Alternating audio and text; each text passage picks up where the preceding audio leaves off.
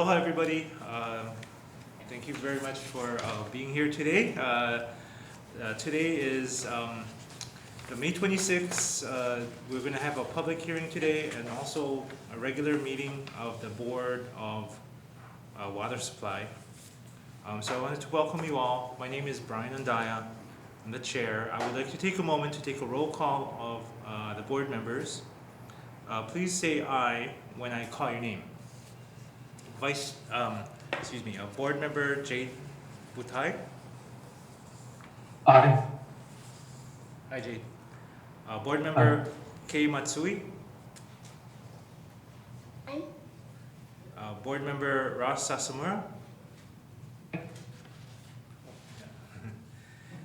Board member Ray Soon. Here. Aye. And board member Max Sword. Aye. I understand Vice Chair Sproat will be joining us a little later. As soon as she logs in, I will take a moment to... Wait, I'm here. Can you hear me? Oh, hi, Kapua. Can you hear me, Brian? Sorry, I'm on. Oh, there we go. Okay. Chair recognizes Vice Chair Kapua. I'd like to note that members Sproat, Butai, Matsui, and Sasamura are joining us by teleconference through WebEx. Board members? And my deputy, Ellen Kitamura, is also via WebEx. I'm sorry, yeah. Deputy Manager Ellen Kitamura is also joining us by WebEx. Yes, I'm here. Hello. Okay. Oh, there you go. Oh, it only comes up when you talk. Okay. Also in the room with us, or those of you who are calling in or video conferencing in, please take a moment to mute your microphone. Also in the room with us are Manager Ernest Lau, Executive Secretary Didi Tyson, Information Specialist Stephen Nordstrom, and on the phone are Jeff Lau and Moana Yost, both from the City and County Corporation Council Department. Chair, I'd also like to point out that the program administrators or the division heads of the Board of Water Supply are also present via WebEx or here in person. Okay, thank you very much. So good afternoon, ladies and gentlemen. The purpose of today's public hearing is to consider the proposed fiscal year 2020 to 2021 operating and capital improvement program budget for the fiscal year beginning July 1st, 2020 and ending June 30th, 2021. A notice of public hearing appeared in the May 15, 2020 Honolulu Star Advertiser newspaper. Before beginning today's public hearing, I would like to state that this board is dedicated to the provision of safe, dependable, and affordable supply of water to our customers. One of the best ways we can ensure that this occurs is to thoughtfully plan and fund a regular program of water facility replacement and improvement as reflected in the annual operating and capital improvement program budget, or CIP budget, we are considering today. On May 11, 2020, an informational budget meeting was held and was properly noticed, and we did offer various means of participation, including telephone, video conference for certain members as well. The meeting outlined the department's goals and objectives and the proposed operating and capital improvement program budgets for the fiscal year 2020 to 2021. Before officially opening this public hearing, I would like to ask Mr. Ernest Lau, Manager and Chief Engineer of the Board of Water Supply, to give a brief statement on the budget that we are considering today. Thank you, Chair.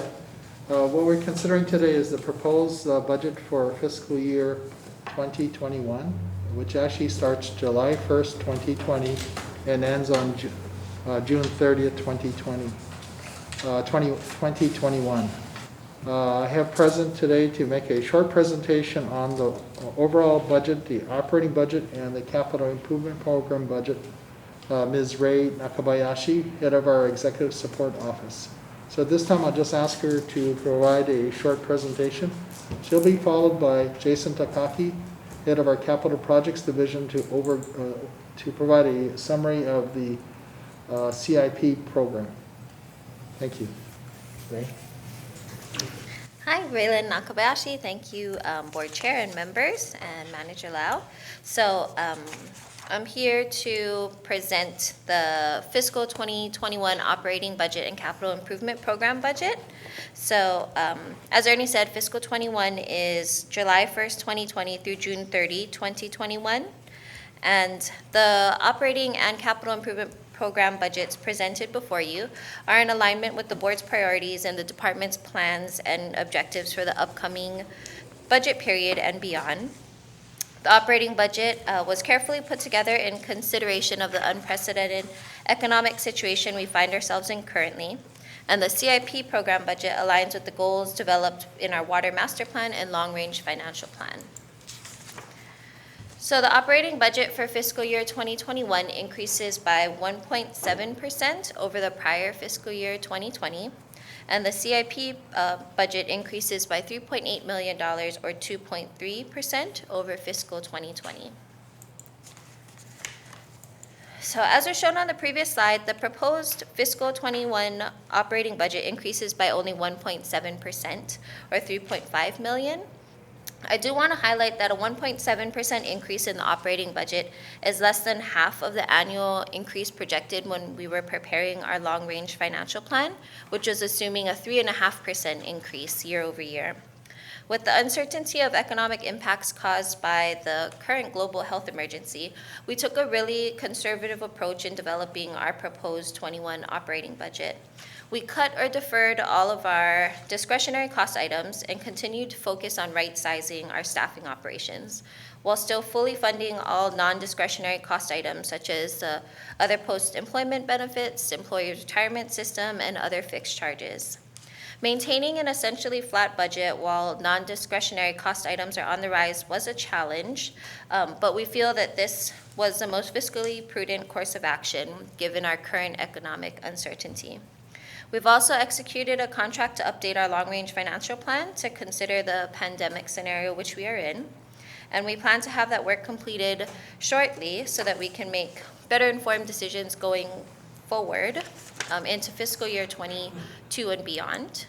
So the CIP budget, as was previously stated, increases by 2.3% and remains consistent with our long-range financial plan and keeps us on target to achieve the goals set out by our Water Master Plan.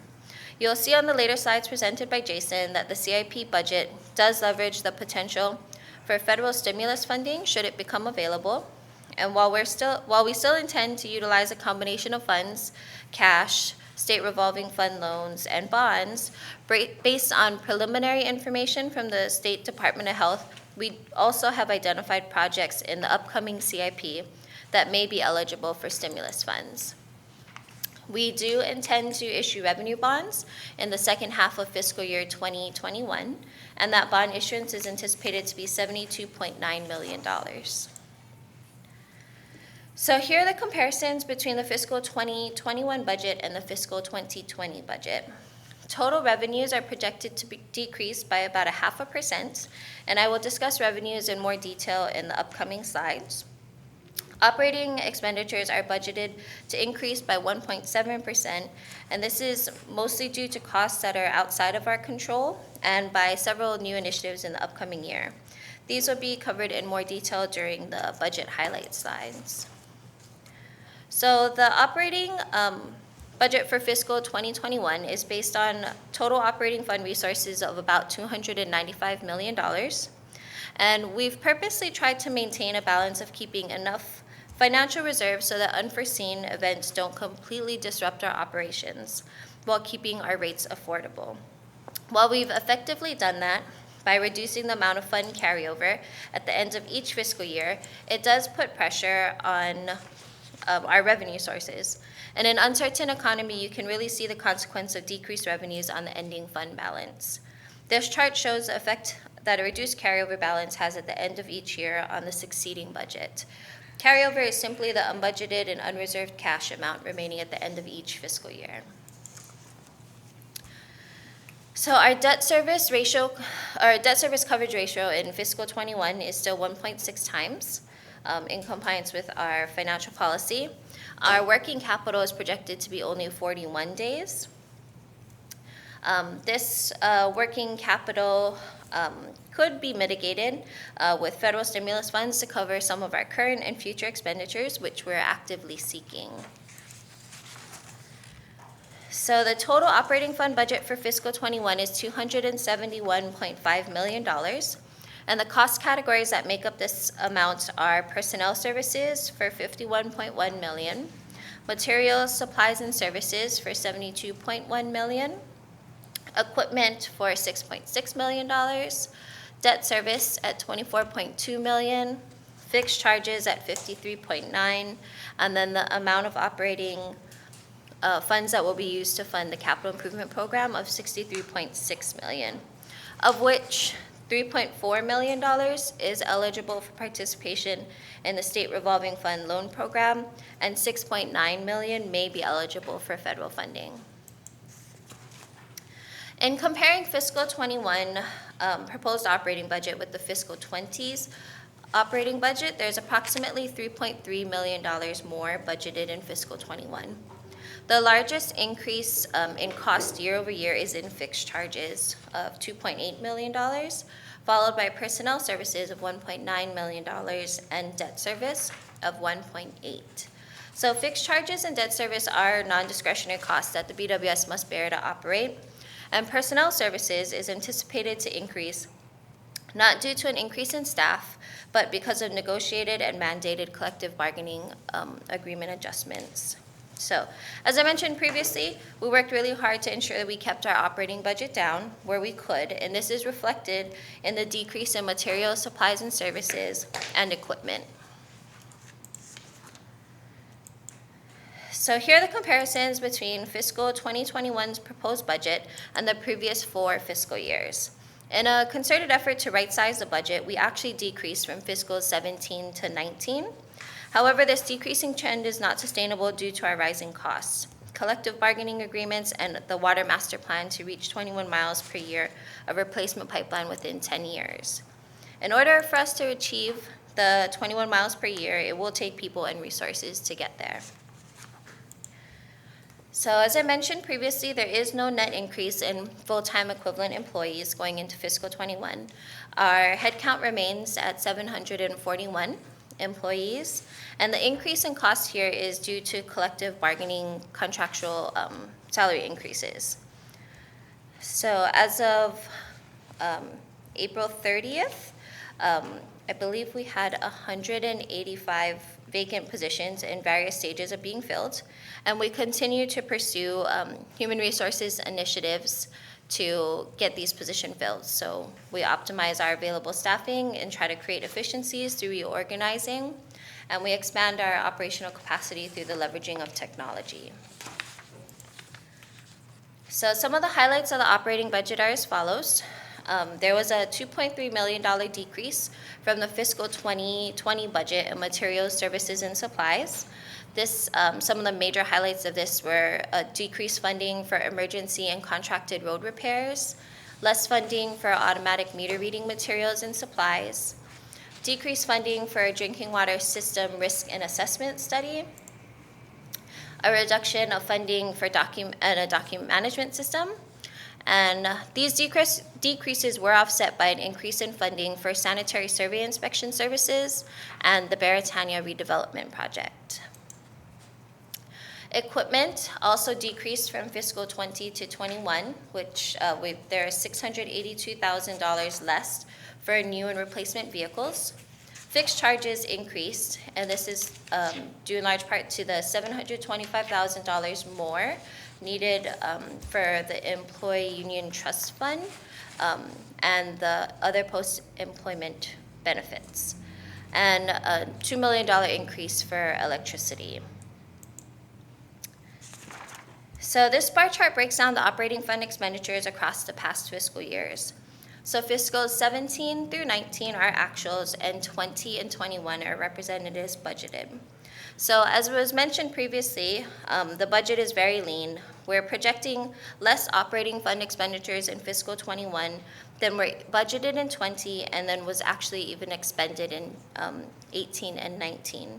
So the use of water system revenue bonds to finance our CIP has reduced the cash impact of these projects, but other non-discretionary cost factors such as personnel, debt service, and fixed charges are on the rise.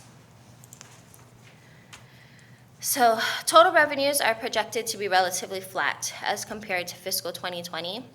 Metered water sales are projected to have a slight decrease in fiscal 21 of 0.5% due to the economic impact of the COVID-19 pandemic, but we are scheduled to have a water rate increase in fiscal 21.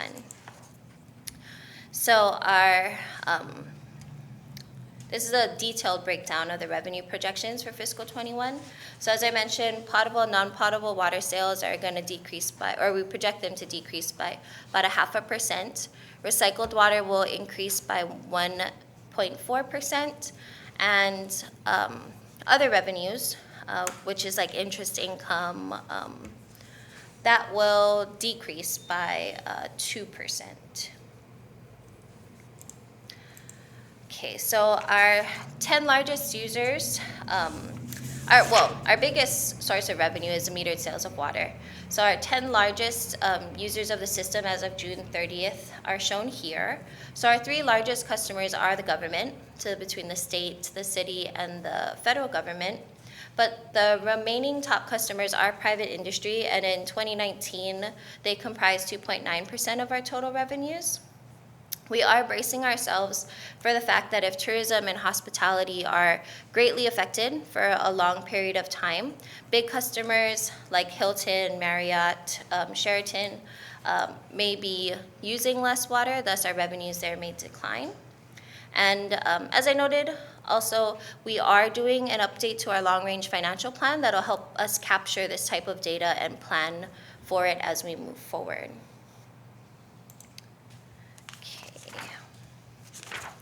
So this bar chart shows the total revenues versus total expenditures. Again, fiscal 17 through 19 are our actuals, and 20 and 21 are the budgeted amounts. So this is another slide that demonstrates the impact of a reduced carryover year over year. Here, carryover is represented as that orange block of fund balance that moves forward.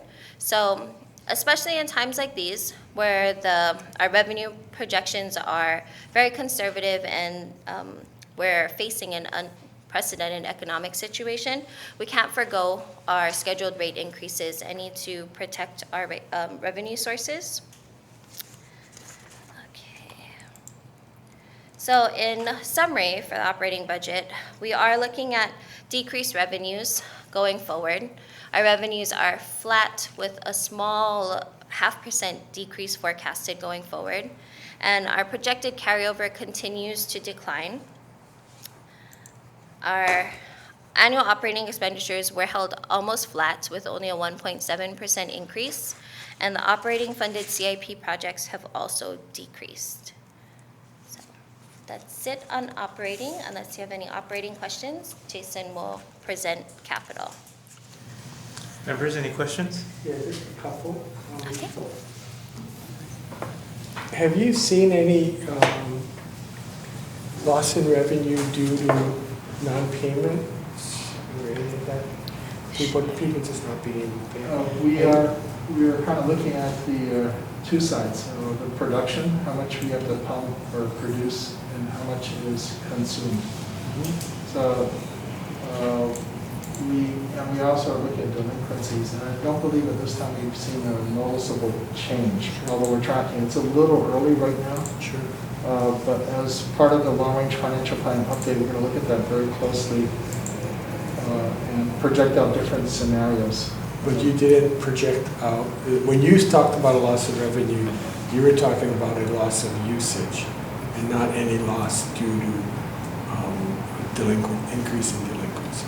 The loss of revenues can include delinquencies. No, but the way you formulated it, or whomever did, you guys didn't project the increase in.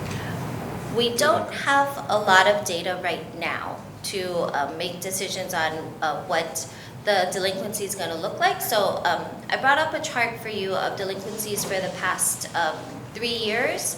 So we're not seeing, and we also have been tracking closely since it started, the number of customers requesting payment arrangements, but those numbers haven't significantly changed yet. We're looking at it closely. We're also looking at production, and especially in our largest, this is the dollars past due. And it does go up and down. We saw some spikes, but it was a lot of government accounts that went past due since the March stay-at-home, work-from-home orders started. So in projecting forward the revenues for the budget, we did factor in the fact that there was going to be a rate increase on July 1st, but we're looking at potentially lower revenues for this fourth quarter and maybe the first and second quarters of fiscal 21. And that's why we held them basically flat. And we expected to rebound, things would pick back up again. But again, we're hoping the long-range financial plan can help us solidify some of that, take this kind of data. This is the delinquency data by number of accounts. So as you can see there, even though the dollars were bigger from the government and commercial, it's actually the number of accounts is like residential. And even there, we're not seeing a huge change from that March to May timeframe. Yeah, this graph goes back to 2017, so it's hard to see a trend. Different times. When you bring forward the study, will you be sure to look at worst case scenarios as well as what you expect it to look like? Because I'd really like to see what the worst case is. And I think you're being optimistic on the state's account, which is so big, but they're hurting. Anyway, okay, thank you. We would hope that all our government customers would pay their bills because we're asking the same treatment of our residential, private, public customers. So I would hope that government customers provide a leadership by example by paying their bills for our service. We will definitely look at different scenarios, like worst case scenarios or different stress scenarios. Yes, good. Thank you. And because the long-range financial plan, Board Member Soon, is adopted by the board, we'll bring it back to the board for discussions on when we develop these scenarios and seek board input. Thanks. So just to clarify, in terms of the dollars that are delinquent, it seemed like it went up almost $1 million just from March In that of last, this year in that May to timeframe. May. Yeah. Yes. That's mostly government and commercial. It was Looks mostly government that pushed the delinquency dollars past due higher in the last couple of months that we've been monitoring. We're not sure if it was that maybe staff that would normally process the I payments see. might have been work at home or I see. maybe less staff at work to process the accounts payable. I also noticed in 2018, March 2018, that area, first quarter 2018, there was a lot of, in terms of dollars past due, a lot of government accounts or the government dollars past due, and then in May it improved. Do you have any historical? What I don't know. I happened? don't think we have dug down for a detailed explanation of which accounts. Because remember, this is city, state, and federal accounts. I'm just curious because it seemed like it just all of a sudden improved over one quarter. So I was wondering what happened. We're still looking at it very closely. Okay. I want to be diplomatic here. Okay. Thank you. Members, any further questions?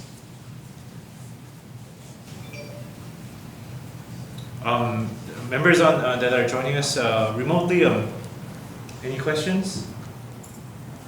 If not, I think we're ready for Mr. Takaki to present our capital improvement CIP budget for fiscal year 2021. Thank you, Ray. Good afternoon, Chair Antaya and board members. I am here to happily share with you some of the highlights of the FY21 Capital Improvement Program budget. The annual CIP supports the department's vision and mission and is aligned with the Water Master Plan, the strategic plan, and the goals and objectives of the divisions in support of the plans, along with the long-range capital improvement program. The annual CIP carefully balances the needs of the system in providing reliable water service with cost-effective management of assets and funding. As in previous years, the FY21 CIP is comprised of 3 project categories: research and development, renewal and replacement, and capacity expansion. This matrix shows the project categories and the sources of funding.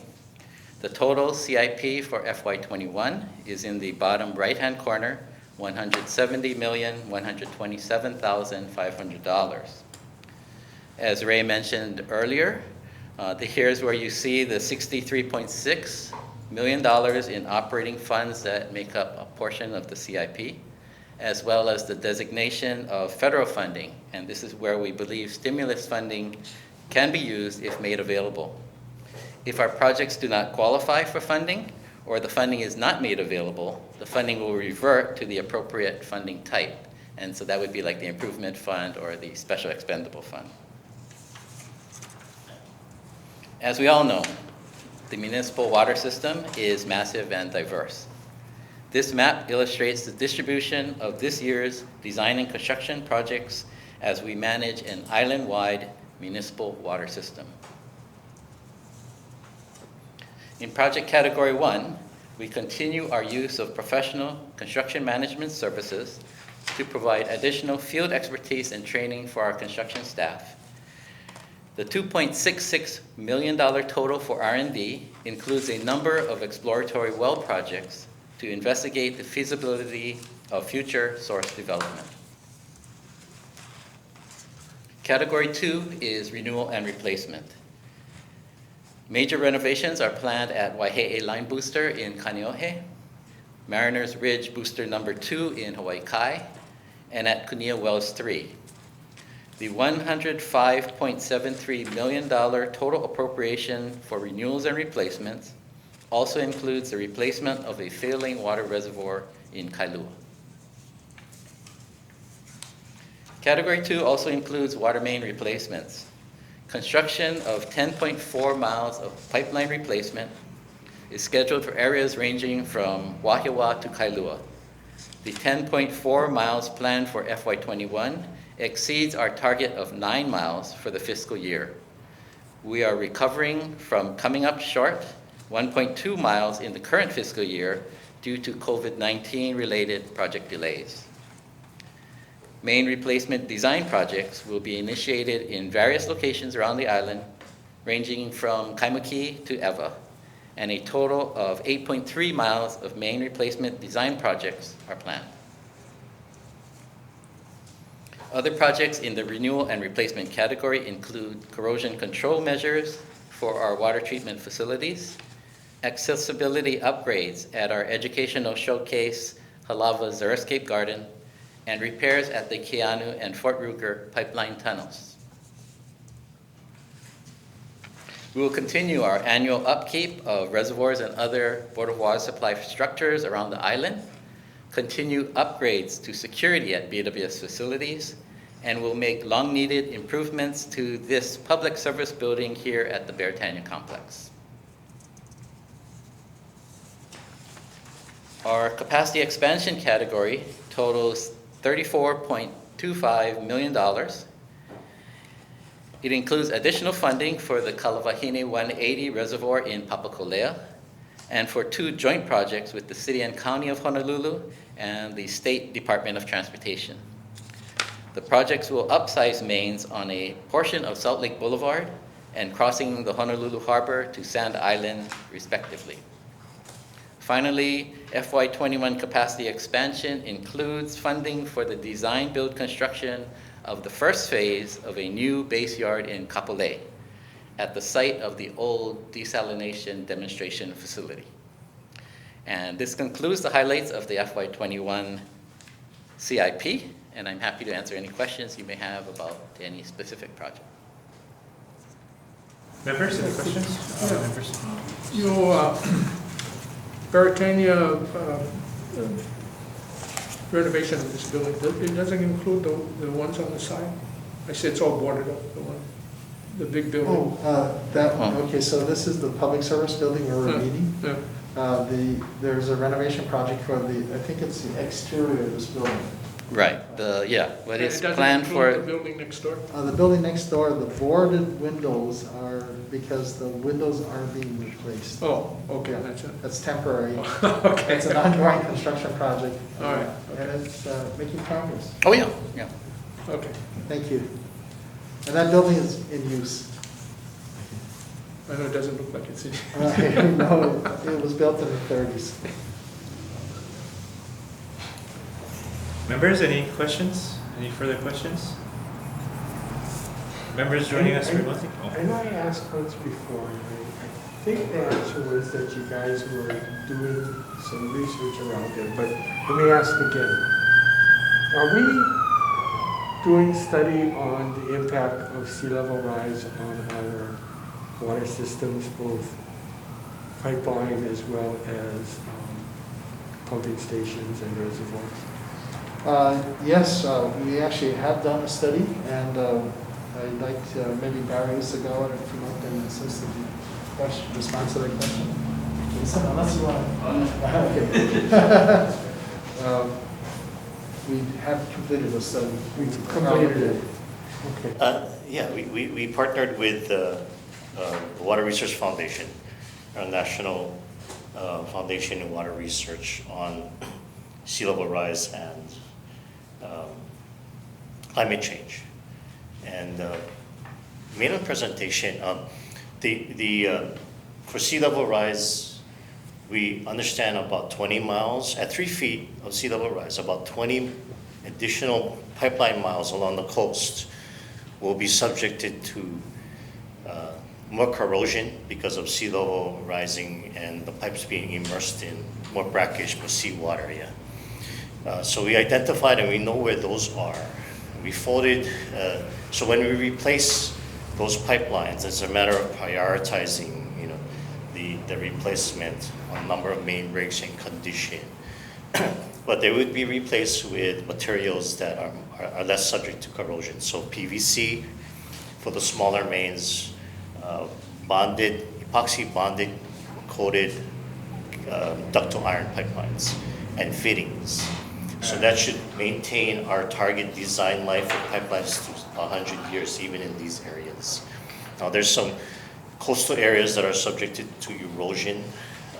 So the low-lying bridges, for instance, when our pipes are going under could be subjected to damage if we had a large storm and there was inundation.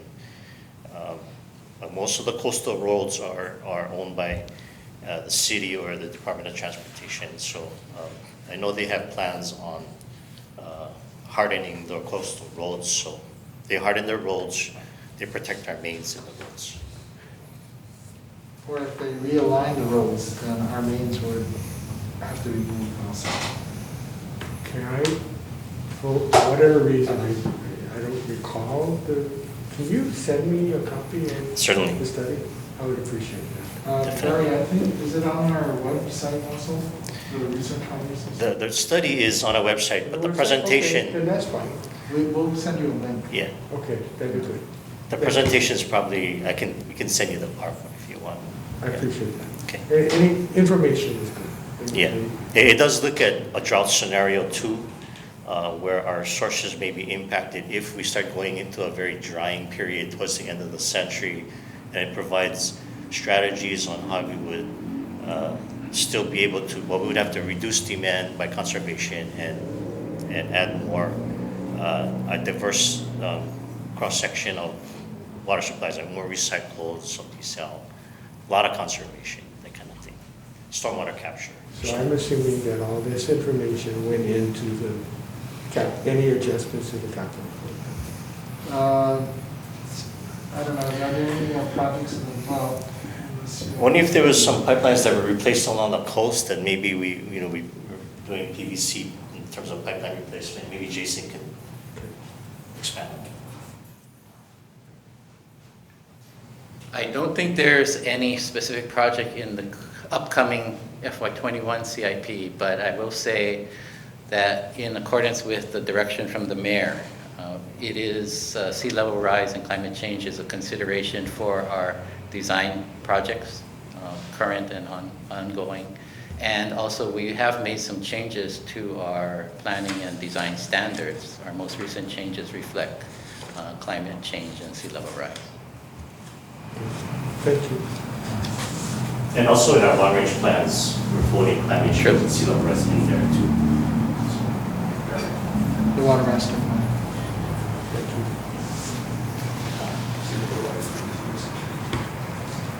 Sea level rise what? Oh, it's a main, right. So the reason why Mike reminded me, at the time that we did the study, there are like 5 main breaks that are in low-lying areas where we had to wait for low tide for my guys to repair them. So it makes it very difficult when you have to evacuate that much water, the discharges, so you wait for low tide so you don't have to pump so much water out, because you got to get the pipe dry in order to replace it. We expect as sea level rises that it would become more difficult in repairing main breaks in these areas. But they're expecting about half a foot to a foot by mid-century, 3 feet by the end of the century. But they keep changing that target. But as it starts to rise, it's going to take longer to repair main breaks because of all of the BMPs and all of the, to account for the more inundation that's going to happen. So, yeah, there are a lot of impacts. So that's one of the reasons why we're doing it. Okay. Thank you. Members, any further questions? Okay, thank you again, Ray and Jason, for the presentations, Thank you, Mary, also. and Barry as well. And mahalo to the board members for their questions and comments. At this time, I'd like to take another quick roll call again of board members. Please say aye when I call your name. Vice Chair Hoesbro. Aye. Board Member Jade Butai.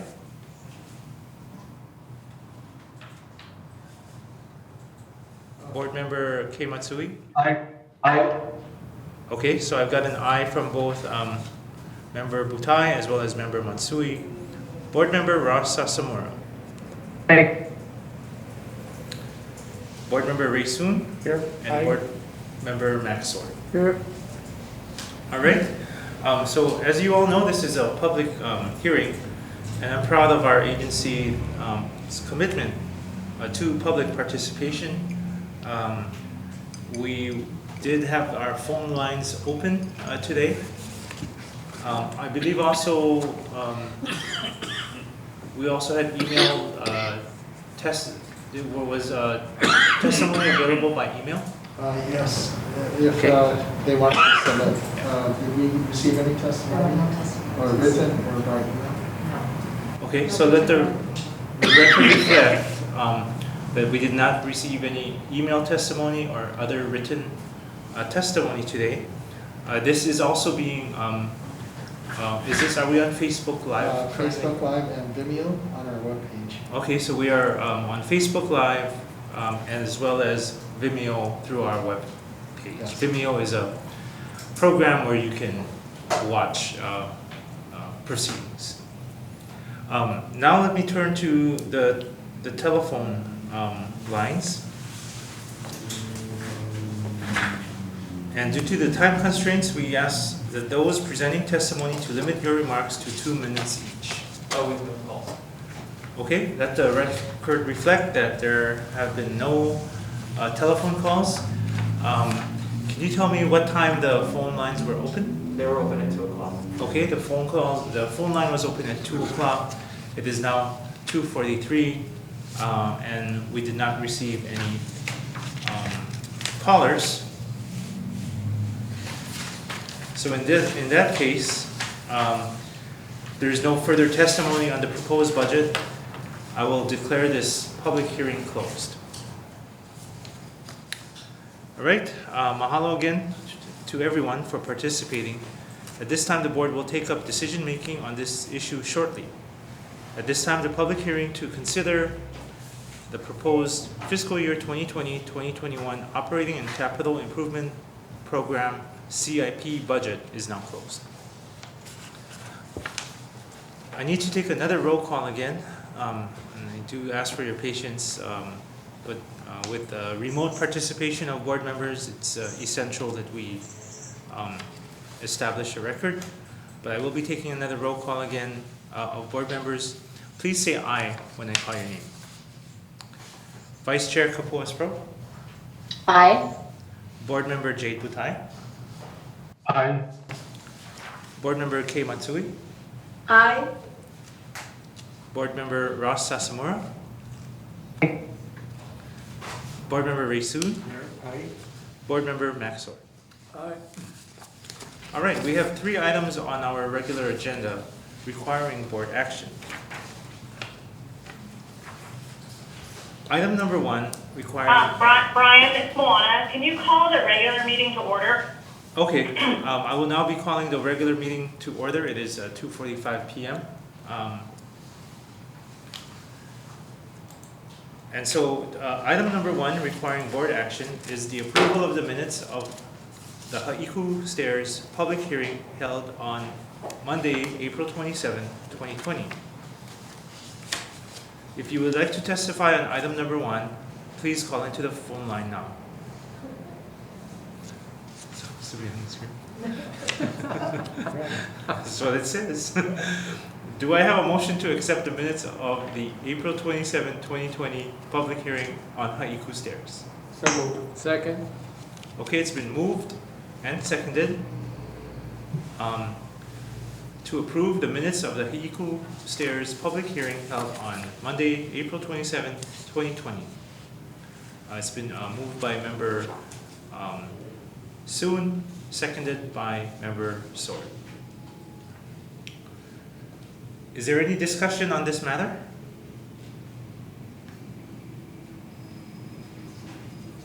Okay, hearing none.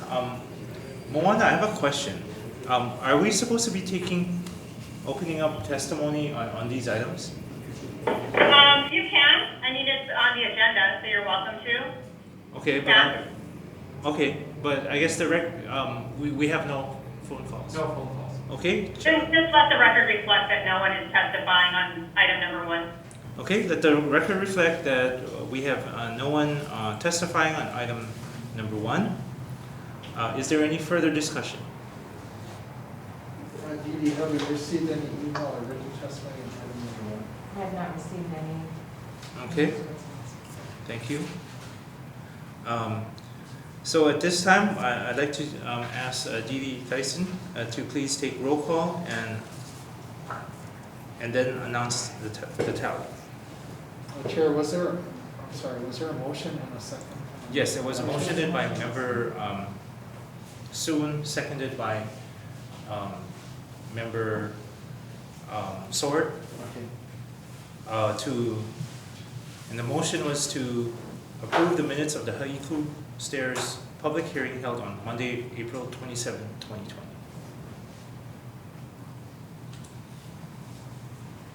Vice Chair Kapuas-Pro, Aye. Board Member Kei Matsui, Aye. Board Member Ray Soon, Aye. Board Member Max Sword, Aye. Board Member Ross Sasamura, Board Member Jay Butai, Aye. and Chair Brian Andria. Aye. Chair, motion passes. All right, motion passes. The minutes of April 27, 2020 is approved. Moving on to item number 2, requiring board action, is the approval of the minutes of the proposed fiscal year 2020 to 2021 operating and capital improvement program budget public hearing held on Monday, May 11, 2020. So moved. Second. Okay, it's been moved by member Soon and seconded by member Sword to approve the minutes of the proposed fiscal year 2020-2021 operating and capital improvement program budget public hearing held on Monday, May 11, 2020. Do we have any telephone testimony? No telephone testimony. Okay, let the record reflect that there's no telephone testimony. And was there any written or email testimony? There's no written or email. Also, there's been no testimony submitted by email or otherwise in writing. Is there any discussion on this matter? Okay, hearing none, I will call for the question. The testimony period for item number 2, required board action, is now closed. Ms. Tyson, please proceed with the roll call vote. Vice Chair Kapula-Sproat. Aye. Board Member Kei Matsui. Aye. Board Member Ray Soon. Aye. Board Member Max Sword. Aye. Board Member Ross Asomora.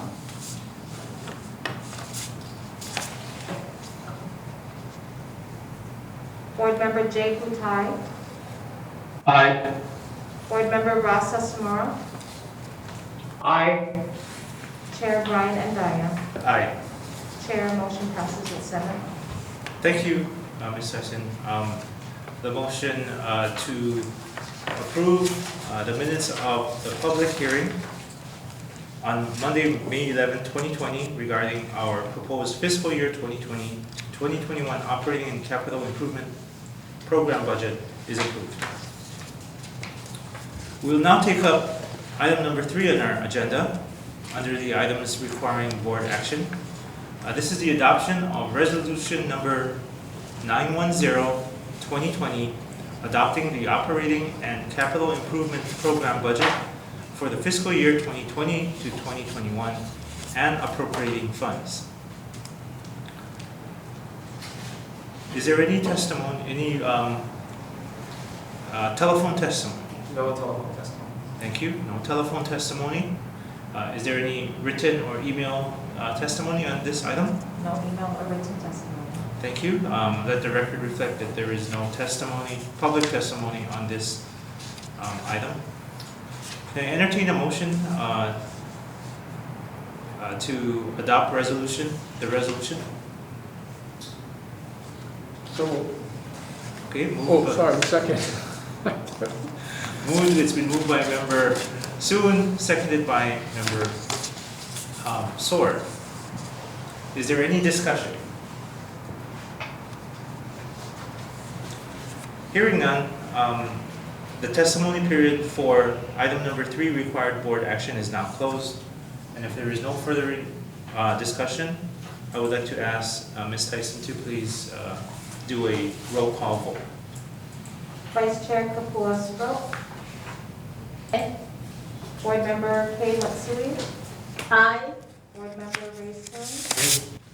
Board Member Max Sword. Aye. Board Member Ross Asomora. Board Member Jay Putai. Aye. Chair Brian Andaya. Aye. Chair, motion passes at 7. Thank you, Ms. Tyson. The resolution 910-2020, adopting the operating and capital improvement program budget for the fiscal year 2020 to 2021 and appropriating funds is hereby approved. It is in the record, as it appears in the record. Thank you, board members. Thank you. Just one thing, Mr. Chair. With the reduction on the water, the anticipated reduction in the water use, They're for the revenue. revenue. Right. You folks have a pretty much real-time sense on the cost and everything? I mean, on the lost revenue? It's kind of, because we bill on a monthly basis, so we have to process the bills, send out the bills, and then see how much of the revenue actually gets paid, if there are delinquencies. Okay, it'd be interesting to It's a see little how bit, that. there is a little bit of a lag. Okay, yeah, I'd just be interesting to see how it affects the budget, because there is a lag. Perhaps maybe, if I could suggest, is that maybe at the quarterly financial update for the board, that we actually kind of do an update with some graphs. Yeah, just more. Delinquencies. Yeah, that's good. I'm just more concerned that you folks do have real-time budgetary, at least you can track and make sure you're not falling behind, so to speak. Right. So we asked the programs to come up with an annual expenditure fund, and it's by quarters. So if we need to adjust for the next quarter, we can adjust. Okay. Well, as long as you guys are on top of that, just want to make sure you don't shortchange yourselves or you come up short on your budgetary requirements. No, thank you. That's all. It's very important because the rate revenue is our primary source of revenue to operate the water Yeah, systems. very much so. That's what concerns me. But anyway, thank you, Mr. Chairman. Thank you. Thank you, members. All right, moving on, I will now go to the items for information. First up is Mr. Jason Takaki, Program Administrator for Capital Projects, with a quarterly update. Good afternoon, Chair Andaya, board members. This is the quarterly report on the capital improvement program for all divisions for the quarter ending March 31st, 2020. In the third quarter of FY20, 7 design contracts were awarded totaling $4 million, and 9 construction contracts were awarded totaling $12.7 million.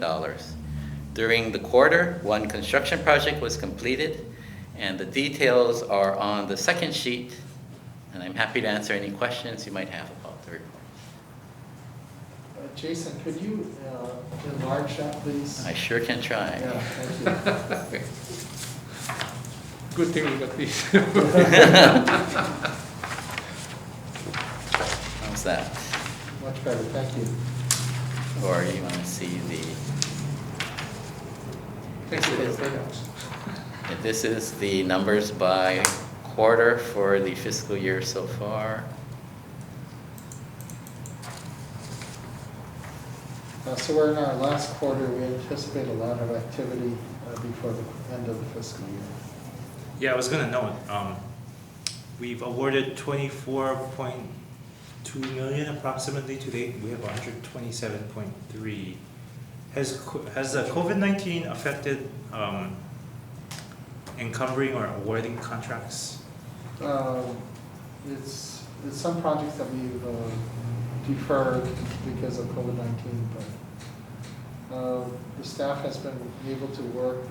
Initially, the procurement staff worked via telework and flex schedule, but in this last quarter, they're basically all back at work to practicing social distancing and trying to get all the work out. And our capital projects division staff were teleworking. A number of them were teleworking, but now they're back at work and are really pushing to get the work out. And I just want to express my appreciation for our procurement and capital projects staff. Yeah, speaking of procurement, there are, I would guess today, maybe $60 million worth of projects out for bid. All of the bids will be opened in the next 9 days. One of our biggest projects, I think, is scheduled to open today, right? The Kalavahini 180 Reservoir, which is budgeted at $17 million. I see.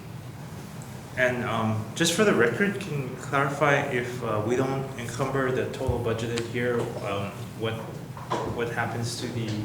The money, the project funds go back into the budget. They're carried forward to the next fiscal year. So the money is not lost. Okay, thank you. Members, any questions?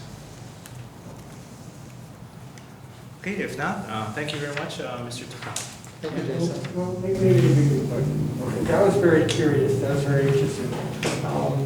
Jason, as the chair notes, there's a difference of over $8 million awarded in budget.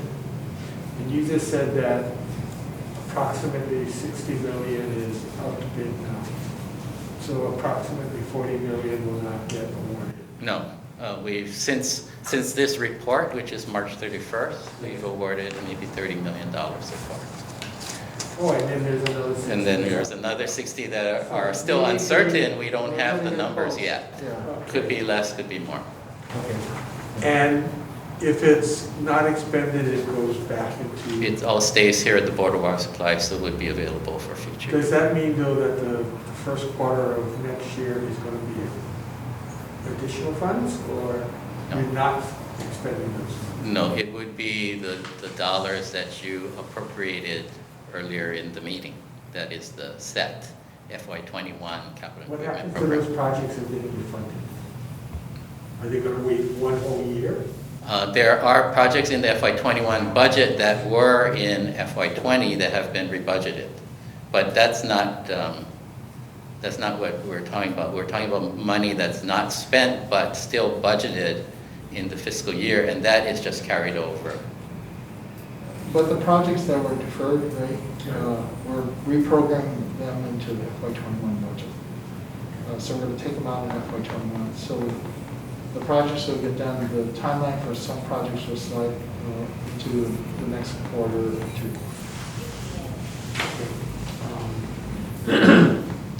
That carryover is not your carryover. Your carryover is totally operating. Oh, it's, The 24 million that you expect to have at the end. it's made up of both. So the CIP budget has funding from the Special Expendable Fund, the Operating Fund, and the revenue bonds that we sell to do CIP projects. So if any of those revenue funded, so the cash funded projects, if those were to not make it this year, so the money would lapse, and that would add to carryover for the operating fund. So that would add to our working capital. They would likely have to be reprogrammed in fiscal 22 because 21 is set at this point. So it would get rebudgeted. If they were revenue bond funded though instead, I think the bond resolution allows us to, or we can rebudget it for a future year, or we can pick cash funded projects that were appropriate for bond funding, and we can use the bond funding to reimburse ourselves for the cash projects. And then Special X projects, the money would just lapse back into the Special X fund, and then we reprogram it for a future year. Yeah, that money is not. Yep. So the cash funded projects would add to working capital, and then we'd likely rebudget them in a future year if they didn't make it to June 30 of this year. So Ray, to follow up on that, there was a slide earlier in your presentation with the red arrows going diagonally. Is that, Yes, is that that's what the you're talking carryover. about? Yep, that's the carryover. Yeah. So that's the operating fund carryover. So the number in the bottom right corner is what we're projecting to be at the end of Yep. FY21. So we project that there would be a certain percentage execution of the budget. I think we are looking at like 87% execution when we try to factor in what we think that carryover is going to be. If the execution rate on the budgets go higher or lower, it does affect carryover. So if it was 100% execution, carryover is smaller. If it was less though, then carryover is a little bit bigger. So in other words then, kind of goes to what member Sword brought up earlier. We do have the ability to adjust on the fly in case, the projected delinquencies are a lot higher or the usage and revenue is a lot less. Jason, what if we, I'm sorry, go ahead. No, so yeah, the revenues may fluctuate, but we can adjust on our expenditures. Yeah.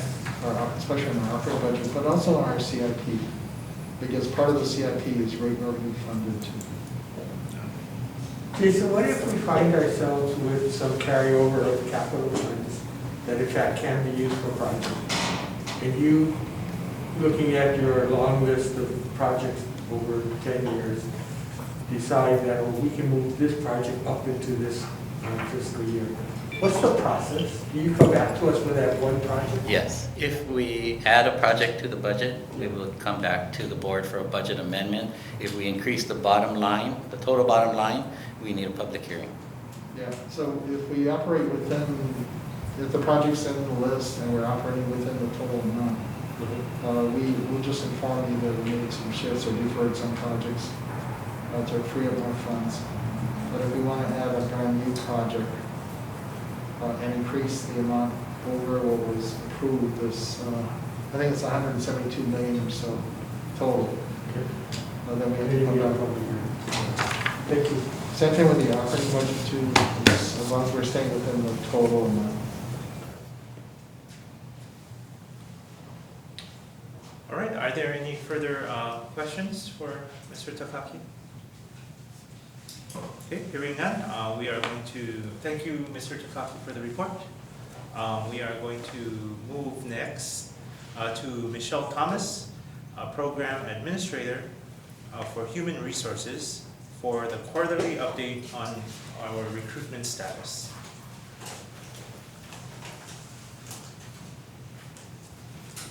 Good afternoon, board members, and Michelle Thomas. I'm the Chief Human Resources Officer for the Board of Water Supply. I'm here to provide the recruitment status update for the period of February 2020 through April 2020.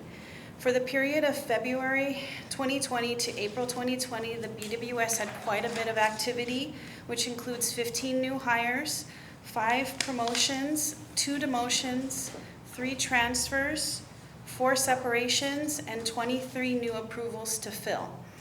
The HR office, as you can tell, has been very busy. In light of the current COVID-19 emergency situation, I was also asked to provide a brief regarding what the BWS is doing to mitigate the challenges presented by the COVID-19 pandemic. There has been very little slowdown in the BWS's recruitment efforts. We are accelerating our presence on social media, online, and other advertising spaces in an effort to promote our available job opportunities. Additionally, we continue to come up with creative ways to enhance our interview process to allow for social distancing.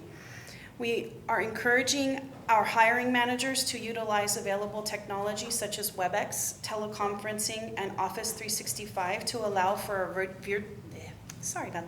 virtual interviews, and have been working with staff to restructure evaluative instruments to allow for more assessment virtually. When virtual interviews are not possible, we are also providing physical barriers and are modifying our interviewing practices to ensure appropriate social distancing is in place and that precautions are implemented for the safety of our staff as well as the candidates coming in. We believe our extensive efforts have allowed us to continue to move forward on our recruitment through this trying time. This concludes my presentation. At this time, I'd like to open up to the board if you have any questions regarding anything that I've presented. Members, any questions? Yeah, good question. What are new approvals to fill? New approvals to fill are when we receive a request from a program to fill a vacancy. In other words, new hires, new positions that are... Correct. It could be a position that's new or a position that's recently vacated due to a retirement, termination, or something of that nature. Never seen it written that way, but that's fine.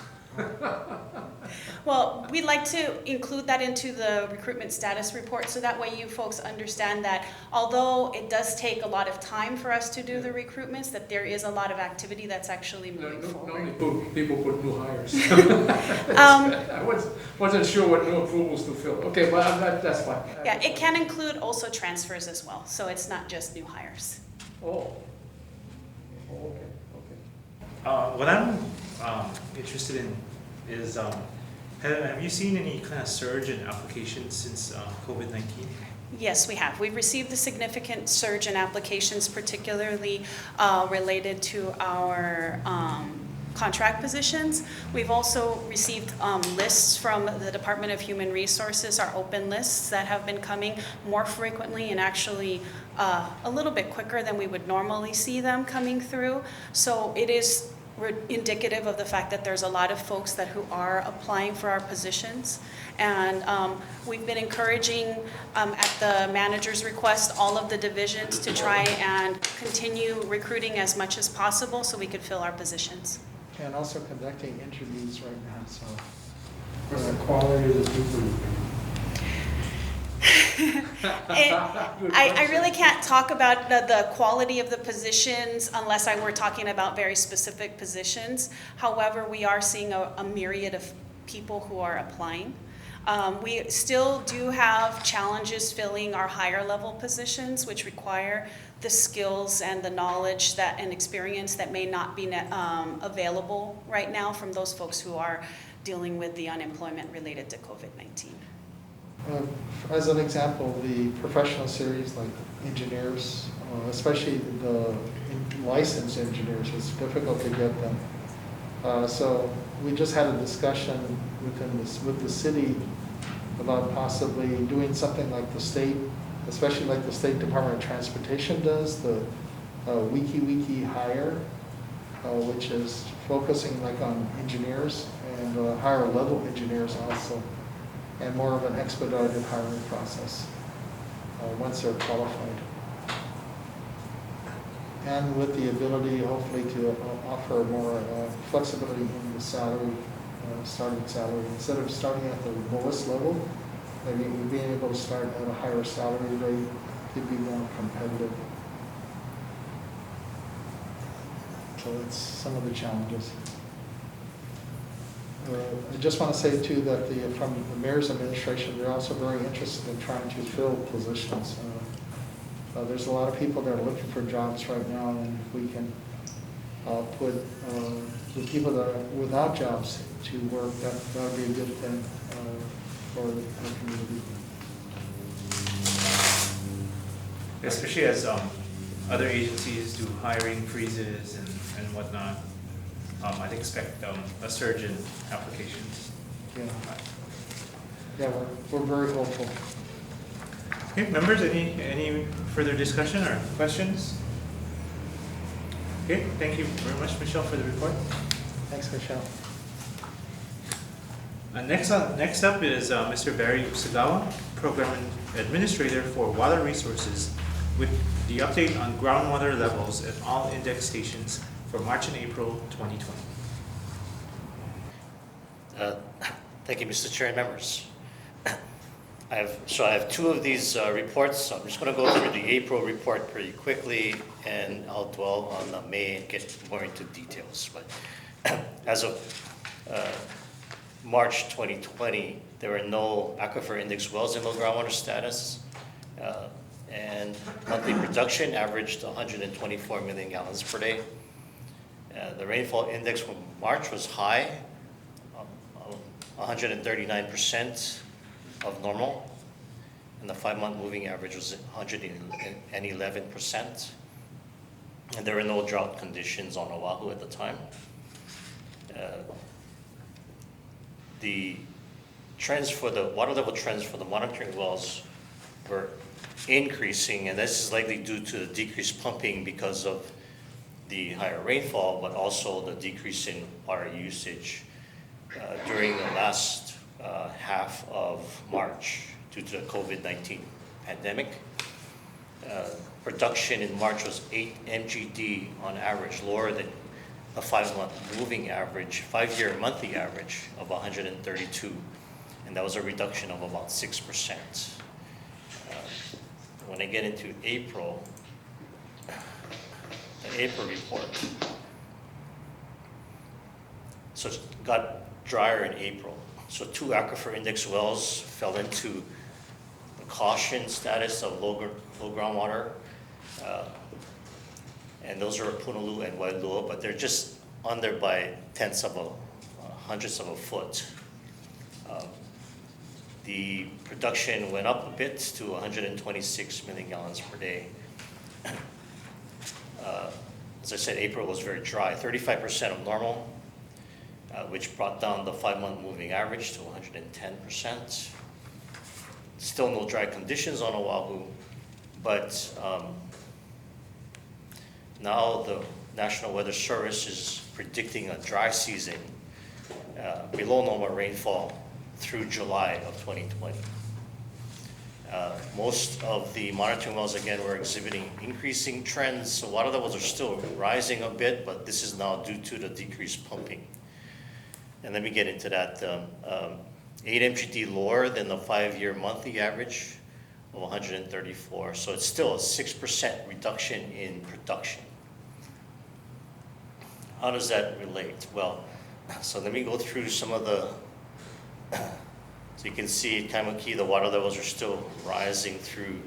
And normally getting into April, it's starting to decrease because as it gets hotter, pumpage increases because there's more irrigation, longer days. But all of these monitor wells seem to be either staying the same or increasing slightly.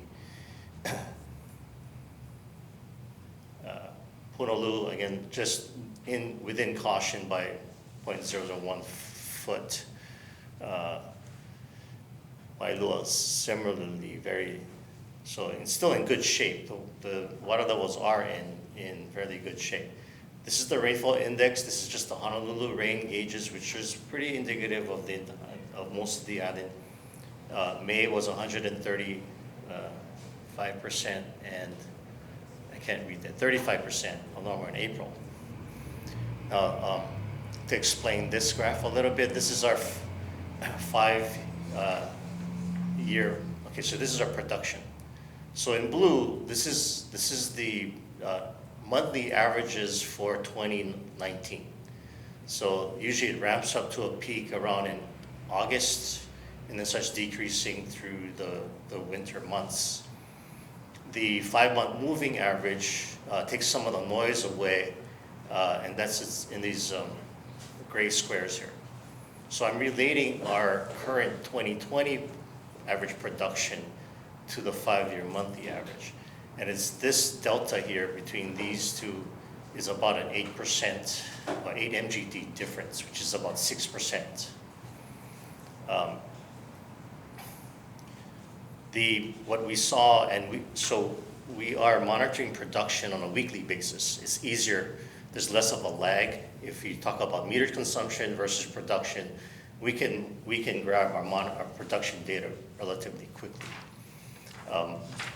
So we're doing a daily and a 30-day average, moving average, and when we found in April, the daily average is actually increasing, getting closer to the 5-year monthly average.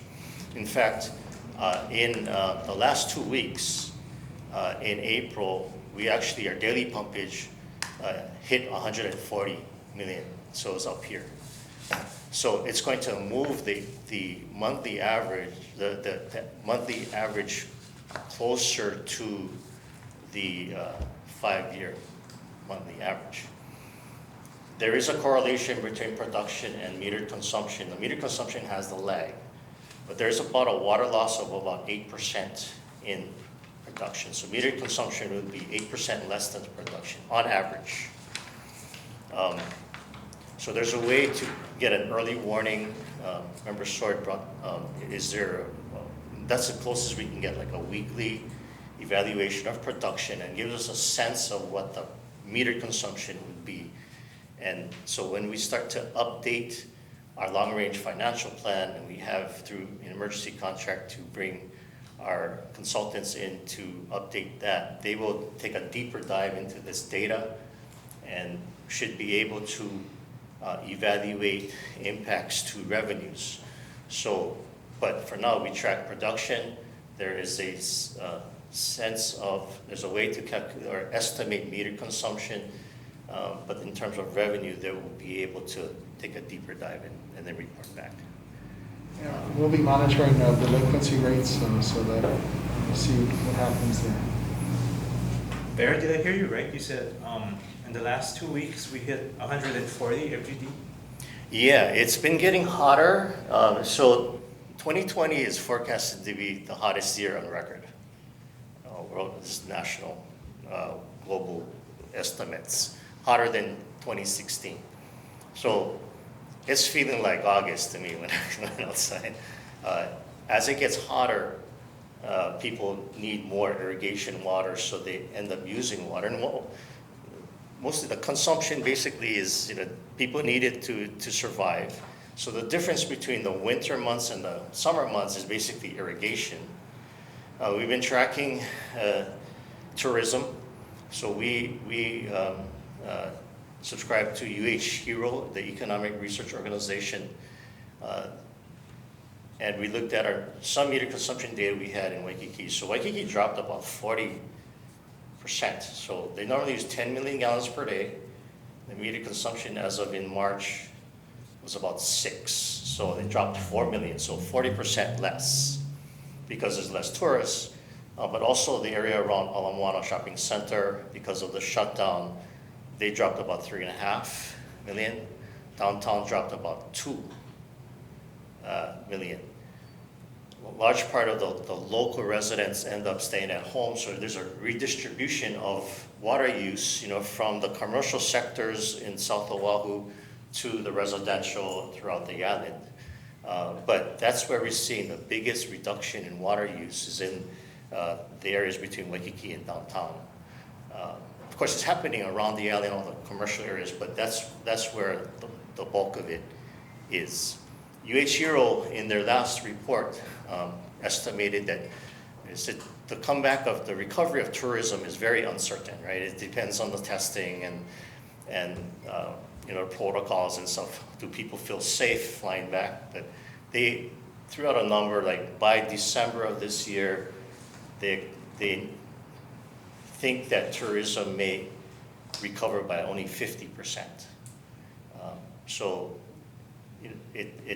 the reduction in water use and the related to revenues too was seen the largest right after the shutdown, but we see it starting to converge back as we start to open up, but it won't fully recover for years. So that's as far as we got in terms of trying to figure out the impact on production and water use.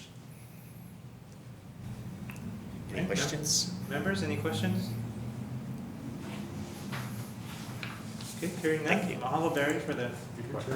Thank you.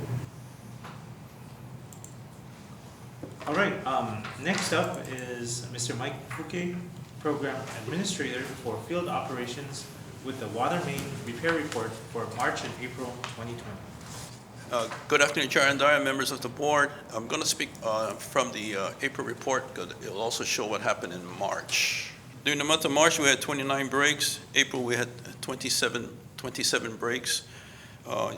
Both March and April, on the average, it took us roughly about 16 hours to repair a main break of about 4, 6, and 8 inch, 4, 6, 8, and 12-inch main breaks.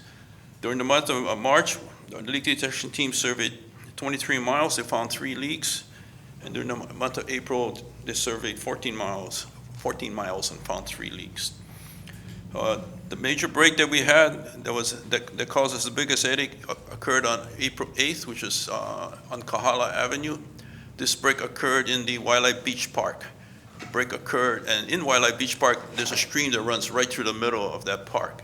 And our break occurred immediately adjacent to the stream, which caused a lot of water to come into the main break area.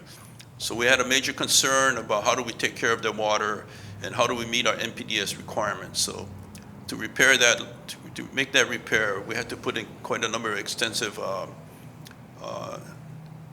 we had to put in take extensive measures to address the NPDES permit. For example, we had to bring in some frac tanks. And thanks to Parks and Rec, we also built a silting basin inside the park before we could discharge the water back into the stream. And that's all to meet of our NPDES requirements for that. And that's about it. Any questions? Members, any questions? Okay, thank you. Very much, Mike, for the report. All right, I think that brings us to the last of our items on the regular agenda. Is Can I entertain a motion to enter into executive session?